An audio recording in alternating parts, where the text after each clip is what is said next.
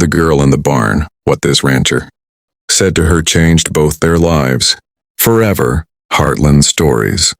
The summer that changed everything began on a Tuesday, the kind of hot, windless Tuesday that makes the Montana grasslands shimmer like a mirage and turns honest men into quiet philosophers. The kind of morning where the sky sits so wide and so blue above the ridgeline property that a person could almost forget the world beyond the mountains existed at all. Jake Calloway had been ranching that land for 22 years. He knew every fence post, every creek crossing, every temperamental patch of dry soil on his 800 acres. He knew when rain was coming by the way his old mare Rosie tilted her ears toward the northwest. He knew when a calf was sick before it showed a single visible symptom. He could read the land the way other men read books, with ease, with intimacy, with the kind of deep familiarity that only comes from decades of quiet attention. He was a man who understood his land with an almost spiritual precision, but he did not understand the girl sitting in his barn doorway. He had found her at dawn, curled against the weathered wood, planks like a bird that had fallen mid-flight and simply stopped where it landed. She was maybe 14, maybe 15 years old, wearing a teal-blue t-shirt and purple shorts, barefoot, with dry summer grass tangled in her long brown hair. Her knees were pulled tight against her chest, her arms wrapped around them like she was trying to hold herself together by force alone. Her eyes were red but completely dry, the way eyes get when a person has cried so long, so thoroughly, that the tears simply gave up and went somewhere else. Jake had seen that look before, on his younger sister 20 years ago, standing in a kitchen that smelled like burnt coffee and quiet anger. On himself, in a bathroom mirror. He had eventually stopped owning because he got tired of what it showed him. He recognized that look the way you recognize an old scar on your own hand. He didn't call the sheriff. Not yet. Instead, he crouched down in the barn doorway, his worn leather boots scraping softly against the hay-dusted floor, and he looked at her the careful way you look at a wild animal you don't want to startle. Behind him, Rosie stood patiently in the golden morning light. Reins loose, saddle still on from his early ride along the north fence line. The horse made no sound. It was as though even she understood the particular delicacy of this moment. "You hungry?" Jake said. The girl didn't answer. She didn't even look at him directly, just kept her gaze fixed somewhere past his shoulder, out at the open pasture and the tree line beyond it. "I got eggs," he said, "and I burn them every single morning without fail, but they still taste all right. Nobody's ever complained. Well, nobody whose opinion I value." A long pause. The wind moved through the grass outside. Somewhere distant, a hawk called once and went silent. Then, barely audible, like a voice coming from the bottom of a well, "I'm not hungry." "Okay," Jake said. And he didn't push it, didn't press, didn't launch into the list of reasonable, adult questions that were sitting there waiting. Who are you? Where are your parents? How did you get here? What happened to you? He just sat down in the barn doorway beside her, and this big, weathered Montana rancher in his wide-brimmed hat and rust-colored vest, and he simply sat, not asking, not demanding, not filling the silence with the anxious noise that most people fill silence with, because they can't stand what lives inside it. Just present, the way the mountains are present, the way the enormous sky over Montana is present, requiring nothing from you, offering everything, asking only that you breathe. That was day one. Her name, she eventually told him, was Sadie. She had walked 11 miles from the town of Creston, a small, tight-knit community 40 minutes from the nearest interstate highway, in the middle of the night. She had no phone, no bag, no money, no shoes. She'd left them deliberately at the front door of a house she had decided, somewhere around mile 3 of that long, dark walk, that she was never going back to. Jake didn't ask about the house right away. He understood instinctively, the way ranchers understand weather and animals and the slow movement of seasons, that trust cannot be demanded, it cannot be extracted, it can only be grown, like everything worth having on a working ranch, slowly, carefully, with patience and consistency, and often in long, productive silence. He let her stay in the spare bedroom at the back of the house. He left the door unlocked and made a point of telling her, casually, without drama, that the truck keys were on the kitchen counter. if she ever needed to go somewhere. He made no speeches about safety or responsibility. He imposed no rules beyond the basic courtesies of shared space. He cooked eggs that first morning and burned them spectacularly, as promised, and left a plate outside her bedroom door without knocking. By noon, the plate was empty and back in the hallway. By evening, she was sitting on the porch steps, watching the last light turn the western ridge a deep, burning orange. By the second morning, she was leaning against the fence post near the barn, watching him work with an expression that was somewhere between curiosity and the cautious hope of someone who has been disappointed so many times that hope itself has become frightening.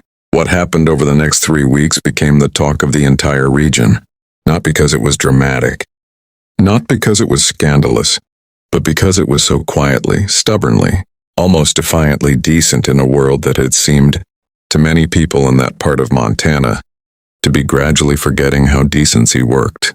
Jake Calloway, 3 times a day, and morning, midday, and evening, checked on Sadie, not with questions, not with pity, not with the suffocating concern that makes a wounded person feel more like a project than a human being, with simple, consistent, utterly reliable human presence.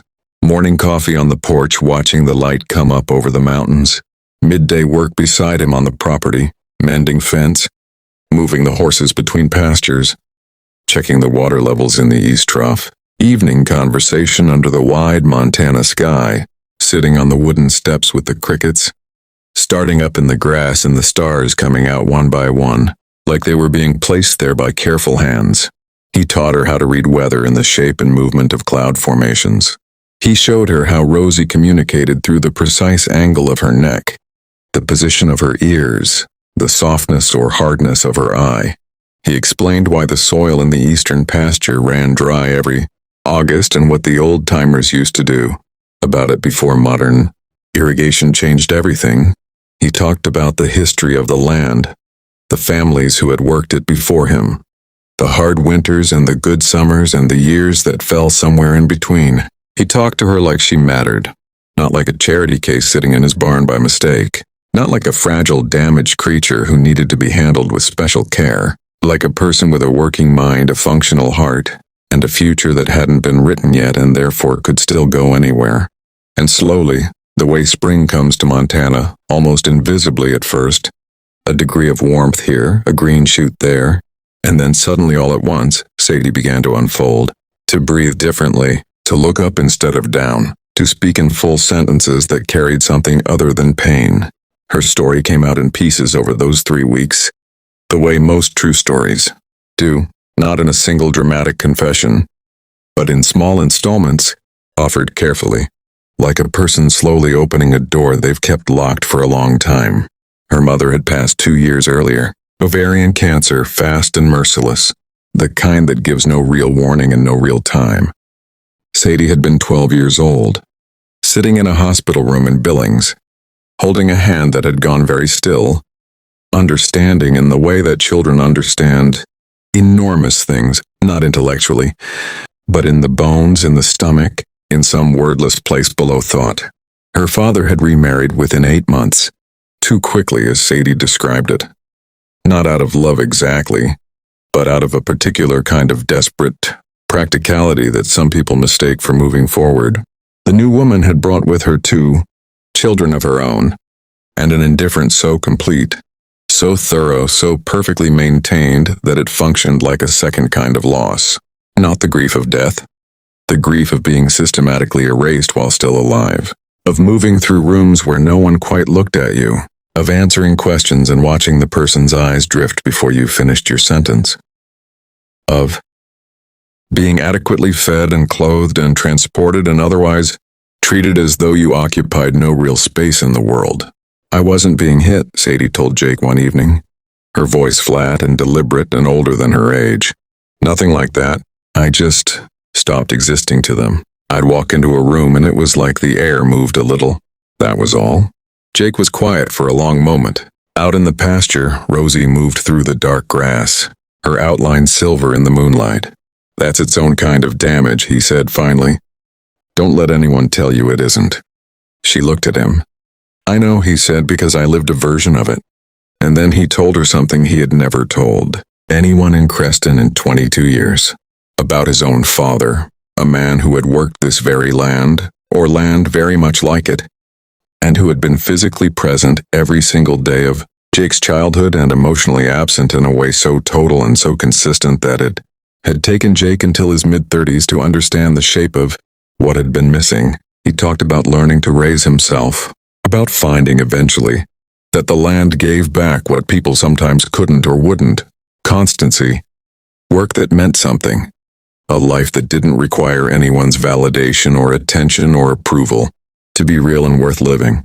The land doesn't care who you are, he told her. It doesn't care where you came from or what your family looks like, or whether somebody important decided you mattered. You put the work in, it gives back, every time, without fail. That's more than most people manage. He looked at her. You build it yourself, he said. And that is not a punishment. That is actually genuinely a gift, even if it doesn't feel like one right now. Even if right now it just feels like being alone. Sadie didn't say anything, but she stopped looking at the ground and started looking at the stars.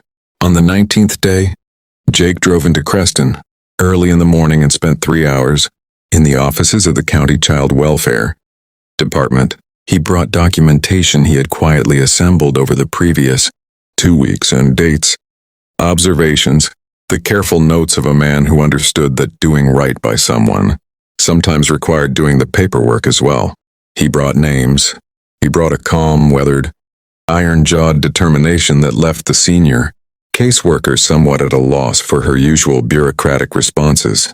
He also brought, quietly, the name of Sadie's maternal aunt in Billings, a woman he had found through 3 careful phone calls, who had been searching for her niece for weeks, who had been fighting through court documentation for months, who had filed 2 separate missing person reports that had somehow never connected to the right people in the right offices. Within 2 weeks, the connection was made.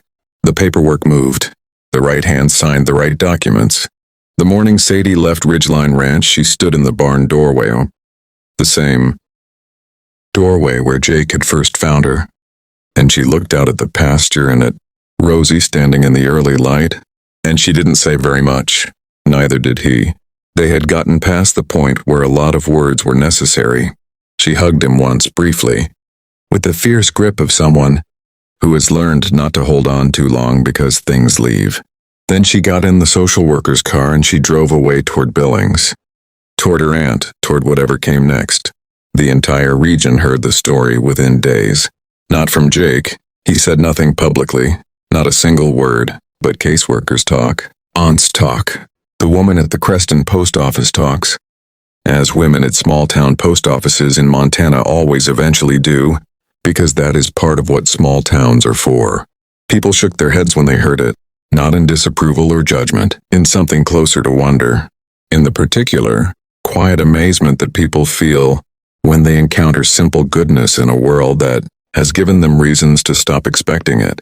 He just kept showing up, one neighbor told another, standing in the parking lot of the Creston feed store on a warm September afternoon. 3 times a day, every day, just showed up for that kid. The other man was quiet for a moment. Then he nodded slowly. Yeah, he said. That's Jake. 6 months later, a letter arrived at Ridgeline Ranch. It was written in careful, deliberate handwriting on 3 pages of lined notebook paper, the kind you buy in a pack of 20 at a drugstore. The envelope had a Billings return address and a small drawing in the corner, a horse, recognizable despite its simplicity as something specific, something remembered.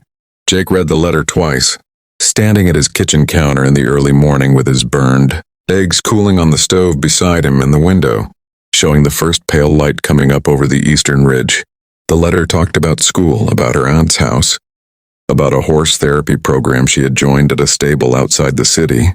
It talked about the slow, strange, sometimes painful process of learning to trust a place and the people in it. It talked about hard days and better ones and the long, middle distance between them, where most of real life actually happens. The last paragraph read, I don't know if you fully understand what you did. Maybe you do, but I want you to know that I was pretty sure, that morning in your barn, that no one was ever going to look at me like I was worth looking at again. And then you sat down next to me, and you didn't ask me anything, and you didn't try to fix anything, and you just stayed. I think about that a lot. I think about it when things get hard. I think about how staying is sometimes the bravest and the most important thing a person can do for another person. You stayed, and because of that I learned how to stay too. Jake stood at the kitchen counter for a long time after he finished reading. Then he folded the letter with the careful attention he gave to things that mattered. He walked to the living room and opened the old wooden box on the shelf where he kept the few objects he considered genuinely, irreplaceably valuable. A photograph of his sister, taken on a summer afternoon 30 years ago, his mother's silver watch with the scratched crystal, a single dried wildflower from the eastern pasture pressed flat between two pieces of wax paper. He placed the letter inside. He closed the box. Then he put on his hat, the wide-brimmed one, blue-purple in the morning light, and he walked out to the barn to begin his day. Behind him, Rosie waited in the open doorway, ears tilted toward the sound of his familiar footsteps, her dark eyes soft and steady in the golden morning. The sky over Montana was enormous and quiet. The grass moved in a slow, easy wind, and everything on that absolutely ordinary morning was exactly as it should be. The most powerful thing one human being can offer another is consistency. Not grand gestures, not perfect words, just showing up again and again, until the other person finally believes that someone real is actually there.